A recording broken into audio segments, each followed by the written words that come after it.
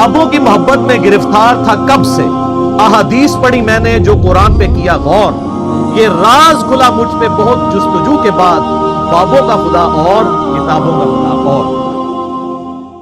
जी बताएं। अस्सलाम वालेकुम। वालेकुम अस्सलाम वरहमतुल्लाह। इजहार अहमद मीरानी, मैं लाड़काना से हूँ और बैचलर डिग्री मेरी चल रही है कंप्यूटर साइंस में, और प्लस में मैं आलम दीन भी बन रहा हूँ जमात अल मुस्लिमीन की मस्जिद से लाड़काना से।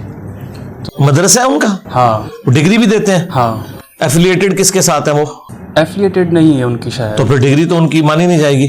हाँ, काफ़ी लोग मुझे कहते हैं कि इनकी डिग्री काम की नहीं तो है। फायदा नहीं ना, उसकी वजह ये कि वो अगर आपने उस डिग्री को कहीं यूज करना है तो वो डिग्री उनकी नहीं मानी जाएगी, वो किसी बोर्ड के साथ रिलेटेड नहीं है, क्योंकि वो तो सारों को काफिर समझते हैं। हाँ, रिलेटेड नहीं है बिल्कुल। तो मेरा ख्याल है वो छोड़ के आप कहीं और दाखिला लें।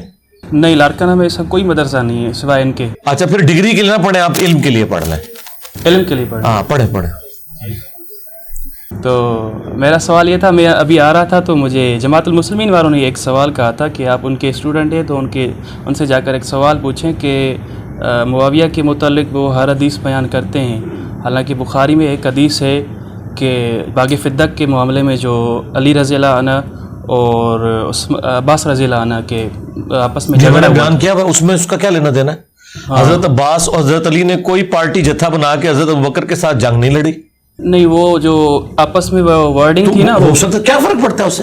हाँ, आपस की वर्डिंग से क्या फर्क पड़ता है? और वो एक वाकया ना हो गया ना जी। ये तो नहीं हुआ कि हजरत अब्बास जब भी मिंबर पे चढ़ते थे 20 साल तक वो अपना बदला उतारते रहे जी। हाँ, ये वाकया तो हो सकता है कि मैंने बयान किया। इसके ऊपर मेरी वीडियो है यूट्यूब पे, हजरत अब्बास की अली को गाली। ये एक वाकया है, ये डॉक्टर नहीं है। वाकया ये है कि बस आपस में तू तकरार हुई, हजरत अब्बास जज्बाती हो गए, उन्होंने एक बात कर दी, बस दैट्स ऑल, खत्म हो गई। ये तो नहीं हुआ कि हजरत अब्बास ने हुक्म दे दिया कि अभी जितने मेरे गवर्नर है वो हजरत अली पे ये करें। वो तो दो बिल्कुल डिफरेंट चीजें हैं, इनका रेशो प्रोपोर्शन नहीं बनता। तो मैंने इन बातों के सारों के जवाब रिकॉर्ड कराए, मेरे को नई बात नहीं। और नहीं, बस एक सवाल किया था। और लाड़काना से कुछ आपके स्टूडेंट थे, उन्होंने आपको अस्सलाम वालेकुम वरहमतुल्लाह कहा है। जी, वालेकुम अस्सलाम वरहमतुल्लाह वबरकातुहू। लाड़काना में बहुत सारे स्टूडेंट्स हैं जी। और अली भाई, ये एक रिक्वेस्ट है कि लाड़काना में जो है ना, हमारे लिए इनके पीछे नमाजें पढ़ना बहुत मुश्किल हो गया है। वो क्यों? हनफियों के पीछे। वो क्यों? वो मस्जिद से निकाल देते हैं हमें।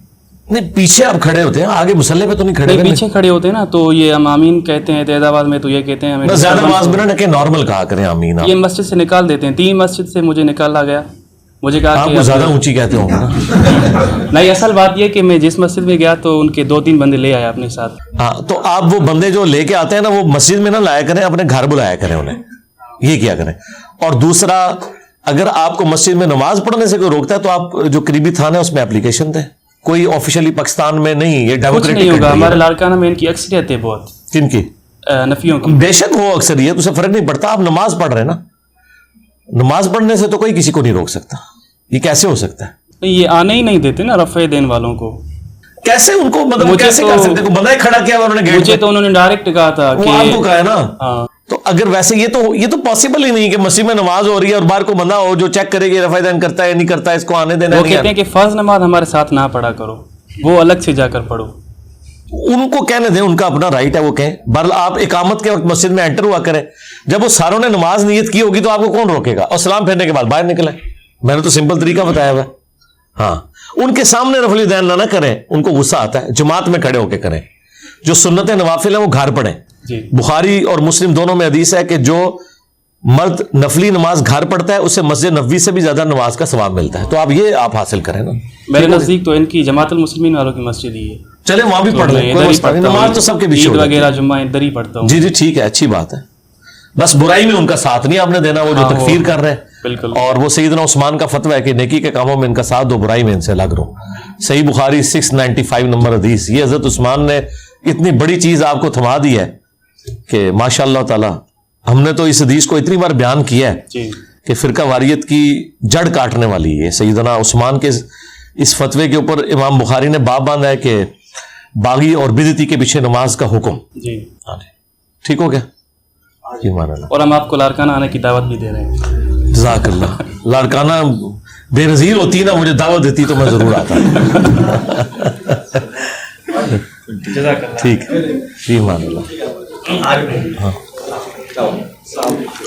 और फिरकों की दुकानें बंद। The damage done.